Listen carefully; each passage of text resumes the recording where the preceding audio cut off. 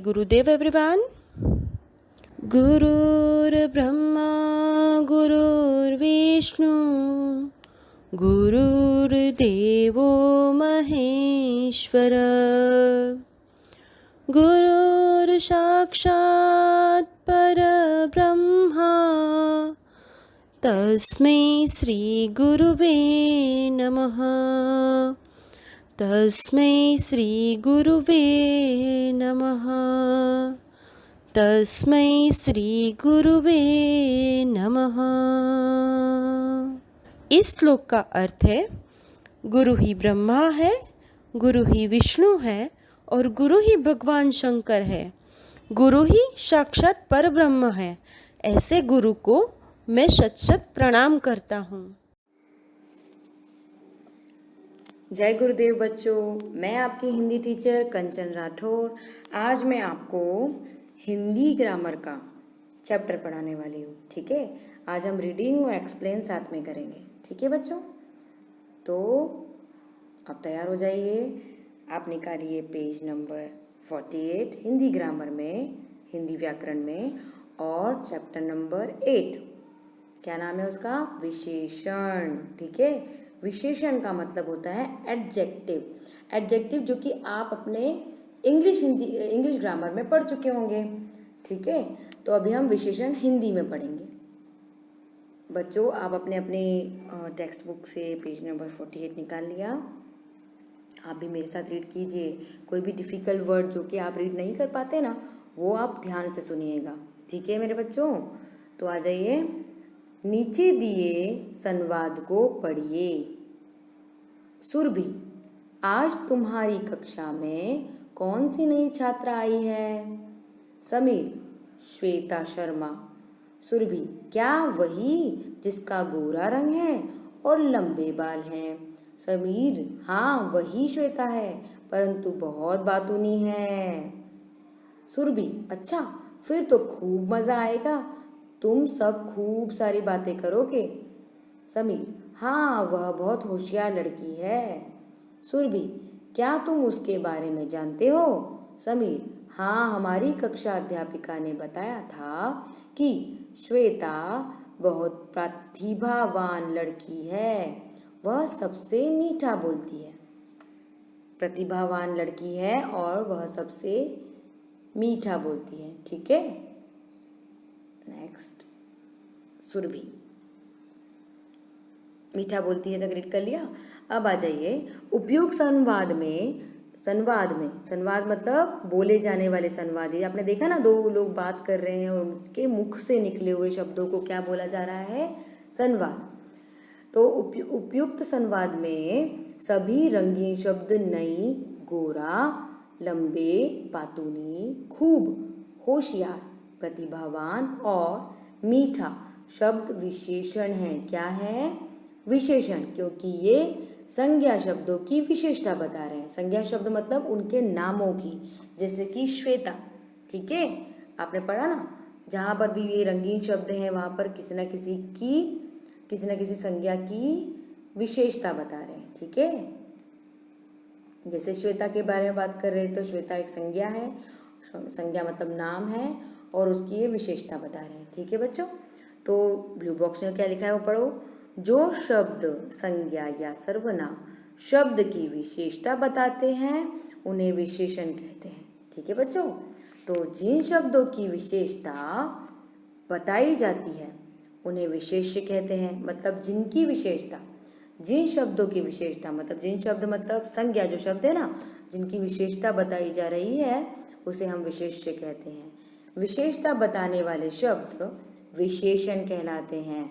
उदाहरण, लंबी कहानी, मज़ेदार फिल्म, 4 कबूतर, सुरीली आवाज़, तेज धूप। तो इसमें विशेषण क्या है? देखो, आप देखो, लंबी ये विशेषण है, मज़ेदार ये विशेषण है, 4 विशेषण, सुरीली विशेषण एंड तेज। इसी तरह से विशेष्य क्या है? क्योंकि जिसके बारे में बताया जा रहा है वह विशेष्य है।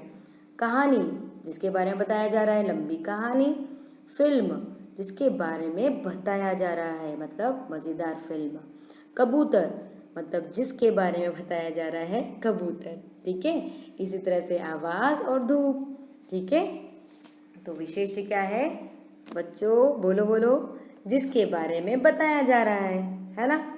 चलिए अब हम आ जाते हैं नेक्स्ट पेज में, पेज नंबर 49।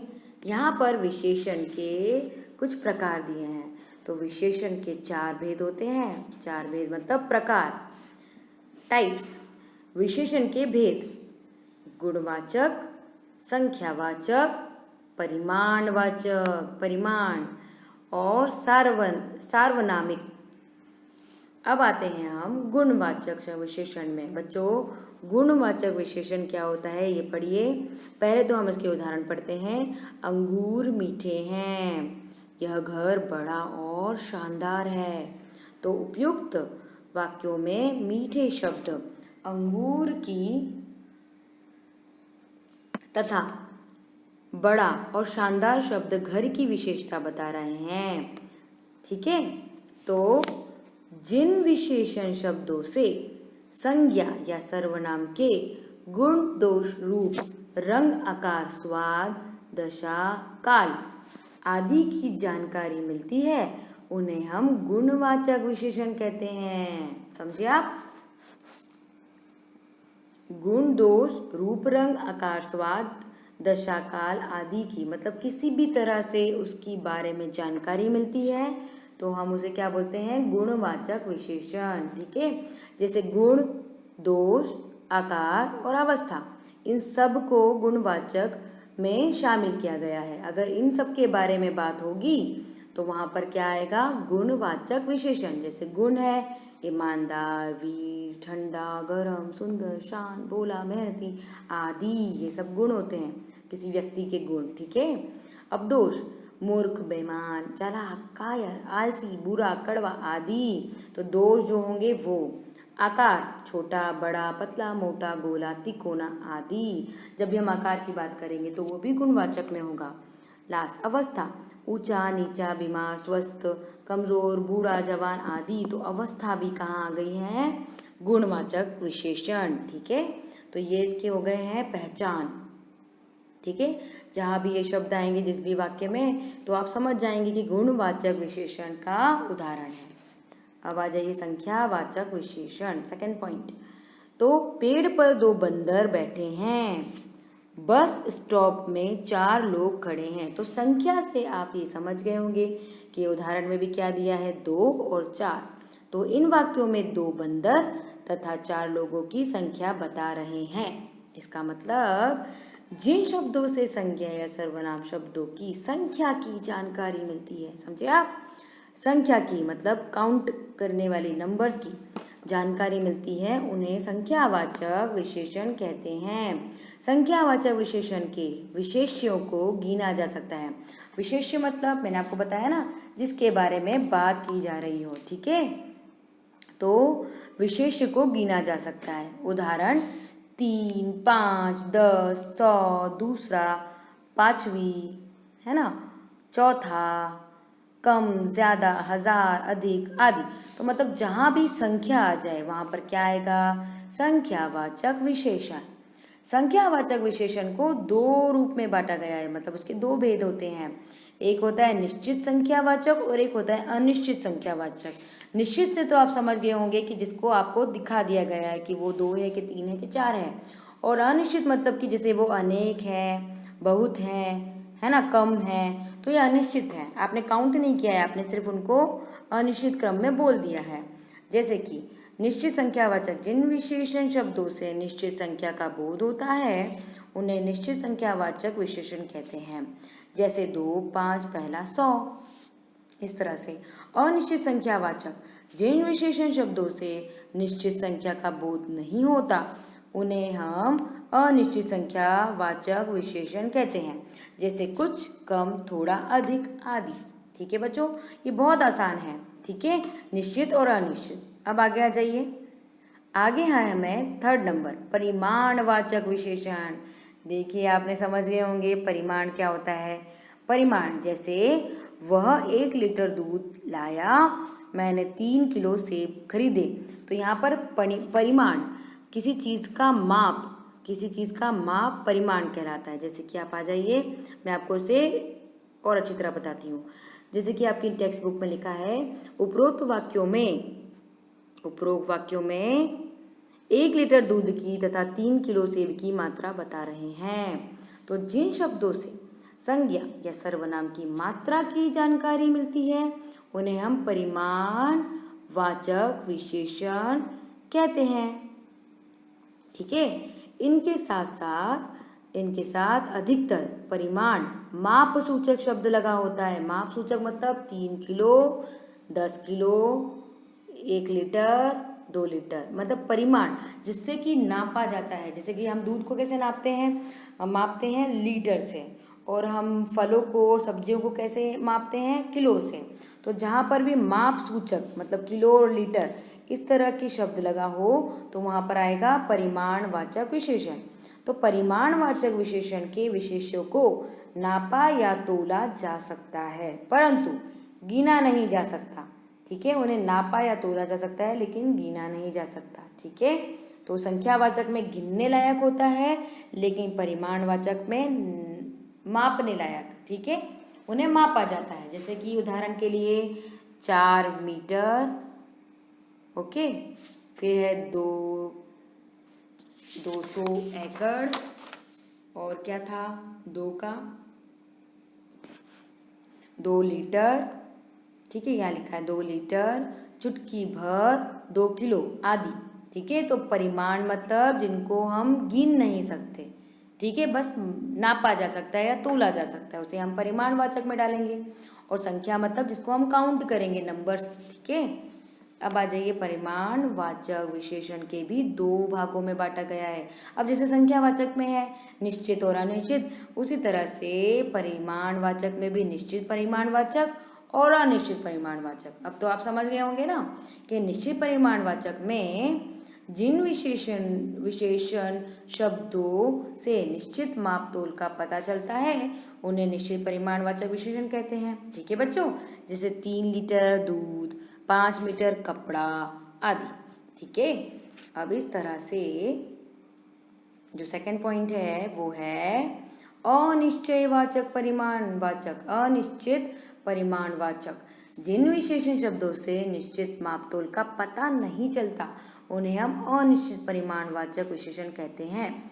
जैसे थोड़ी बर्फी, कुछ बच्चे, थोड़ी, कुछ, थोड़ा, है ना, थोड़ा सा, बहुत सारा। तो इस तरह से हम क्या करते हैं, उनको निश्चित तरह से नहीं बोल रहे हैं, है ना। तो जहाँ पर अनिश्चित परिमाणवाचक है वहाँ पर निश्चित नहीं होता है कि वो एक्चुअल में कितना है। थोड़ा मतलब कितना, है ना, तो वहाँ अनिश्चित परिमाणवाचक। अब आ जाइए सार्वनामिक विशेषण। सार्वनामिक विशेषण क्या होता है, पढ़िए इसको। अब इसका उदाहरण हम पढ़ेंगे। यह तुम्हारा बस्ता है, वह लड़का होशियार है। अब यहाँ पर वह सार्वनामिक मतलब उपरोक्त वाक्यों में तुम्हारा सर्वनाम बस्ता की और वह सर्वनाम लड़के की विशेषता बता रहा है। इनका प्रयोग विशेषण की तरह किया गया है। ठीक है, तो बच्चों जो सर्वनाम शब्द संज्ञा से पहले आकर विशेषण का काम करे, सर्वनाम शब्द संज्ञा से पहले, आपने देखा ना सर्वनाम शब्द संज्ञा से पहले आ गए हैं। जैसे बस्ता क्या है, संज्ञा है, उसके पहले सर्वनाम आ गया है तुम्हारा। तो जब सर्वनाम शब्द संज्ञा से पहले आकर विशेषण का काम करे तो उन्हें हम क्या कहेंगे, सार्वनामिक विशेषण। सर्वनाम से बना है सार्वनामिक विशेषण। ठीक है, संज्ञा से पहले सर्वनाम आकर विशेषण का काम करे तो वहाँ आएगा सार्वनामिक विशेषण। सार्वनामिक विशेषण विशेष्य से पहले लगाए जाते हैं। विशेष्य क्या होता है, जिसके बारे में बात की जा रही है। तो बस्ते के बारे में बात हो रही है, ठीक है, तो वहाँ आ गया है विशेष्य। ठीक है, अब आगे आ जाइए। उनका अपने आप में कोई अर्थ नहीं होता। उदाहरण, मेरा विद्यालय, तुम्हारा घर, उसका मित्र, हमारी कक्षा। ठीक है, इस तरह से इसके विशेष बिंदु पढ़ेंगे तो आपको और समझ आएगा कि एक्चुअल में सर्वनाम शब्द संज्ञा से पहले कैसे आए हैं। ठीक है, विशेष बिंदु, विशेषण संज्ञा से पहले भी आ सकते हैं और बाद में भी। जैसे चतुर लोमड़ी बच गई और लोमड़ी बहुत चतुर है। ठीक है, ये विशेष बिंदु है। इसके बाद मैंने चौड़ी सड़क पर गाड़ी चलाई, यह सड़क चौड़ी है। ये आ गया ना यहाँ पे विशेषण। लड़की सुरीला गाना गा रही है, तो यहाँ पर क्या हुआ है, संज्ञा से पहले और संज्ञा के बाद, तो यहाँ पर संज्ञा के बाद आया है। तो लड़की का गला सुरीला है, यहाँ संज्ञा के बाद में और यहाँ संज्ञा के पहले। पथरीले रास्ते पर मत चलो, यह रास्ता पथरीला है। ठीक है, तो विशेषण दोनों जगह आ सकते हैं, पहले और बाद में। ठीक है, ये स्थिति पर डिपेंड करता है कि आप क्या प्रयोग कर रहे हैं। अब आ जाइए विशेषण बनाना। कुछ शब्द मूल रूप से विशेषण होते हैं। कुछ विशेषण शब्द संज्ञा शब्दों में उपसर्ग को प्रत्यय जोड़कर बनाए जाते हैं। उदाहरण के लिए देखिए, कुछ शब्द तो मूल रूप से विशेषण ही होते हैं, जैसे कि हमने पढ़ा ना, तो चौड़ी, सुरीला, पथरीला, ये तो अपने आप में एक विशेषण है। लेकिन कुछ शब्द उपसर्ग को प्रत्यय जोड़ के बनाए जाते हैं विशेषण के, जैसे राष्ट्रीय और ईय जुड़ के राष्ट्रीय बना, तो ये एक विशेषण है। राष्ट्रीय देश, तो देश क्या हो गया, विशेष्य, और राष्ट्रीय क्या हो गया, विशेषण। दुख और ई, तो दुख और ई मतलब ये जो है ना प्रत्यय, तो दुखी बन गया, तो दुखी अपने आप में क्या है, विशेषण। जैसे मीरा बहुत दुखी है। ठीक है, तो दुखी विशेषण हो गया।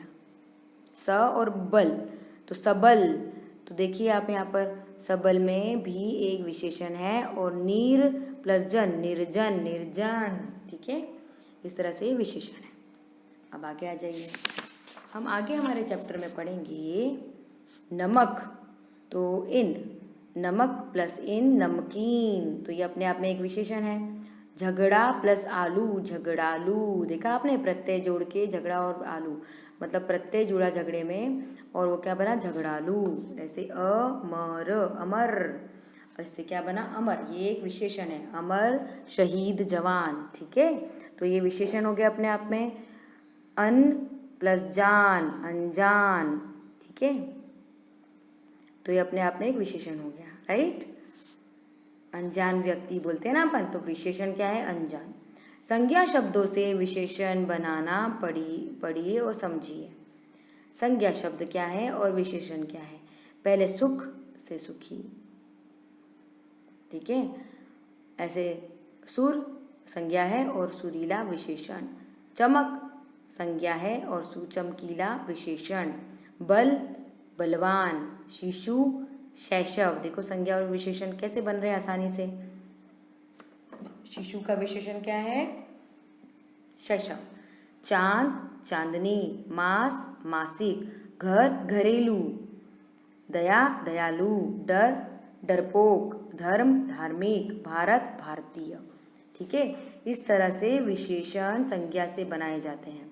ठीक है, आप इसको रीड करेंगे ना तो आपको समझ आएगा, और मैं कभी आपको एग्जाम में ही पूछ सकती हूँ, है ना, आपको समझ आ जाएगा। घर से घरेलू संज्ञा विशेषण बना। अब आते हैं हम, अब तक हमने क्या सीखा बच्चों। ये ग्रीन बॉक्स में जो लिखा है वो ध्यान से पढ़ो। इसमें लिखा है संज्ञा या सर्वनाम शब्द की विशेषता बताने वाले शब्द विशेषण कहलाते हैं। जिन शब्दों की विशेषता बताई जाती है उन्हें विशेष्य कहते हैं। विशेषण के 4 भेद हैं, गुणवाचक, संख्यावाचक, परिमाणवाचक और सार्वनामिक। गुण दोष आकार अवस्था बताने वाले शब्द गुणवाचक विशेषण होते हैं। संख्या बताने वाले शब्द संख्यावाचक विशेषण होते हैं। माप तोल बताने वाले शब्द परिमाणवाचक विशेषण होते हैं। और संख्या से पहले लगने वाले सर्वनाम शब्द सार्वनामिक विशेषण होते हैं, है ना बच्चों। तो ये हमने अभी चैप्टर रीड और एक्सप्लेनेशन हो गया है। आप इस वीडियो को देखें, और जो भी आपको डिफ़िकल्टी आती है तो लाइव वीडियो में, लाइव क्लास में भी पूछ सकते हैं। ठीक है बच्चों, अपने डाउट आप मुझसे पूछ सकते हैं। ठीक है, तो ये हमारा चैप्टर कंप्लीट हुआ। आप सब अपना ध्यान रखिएगा। नमस्ते।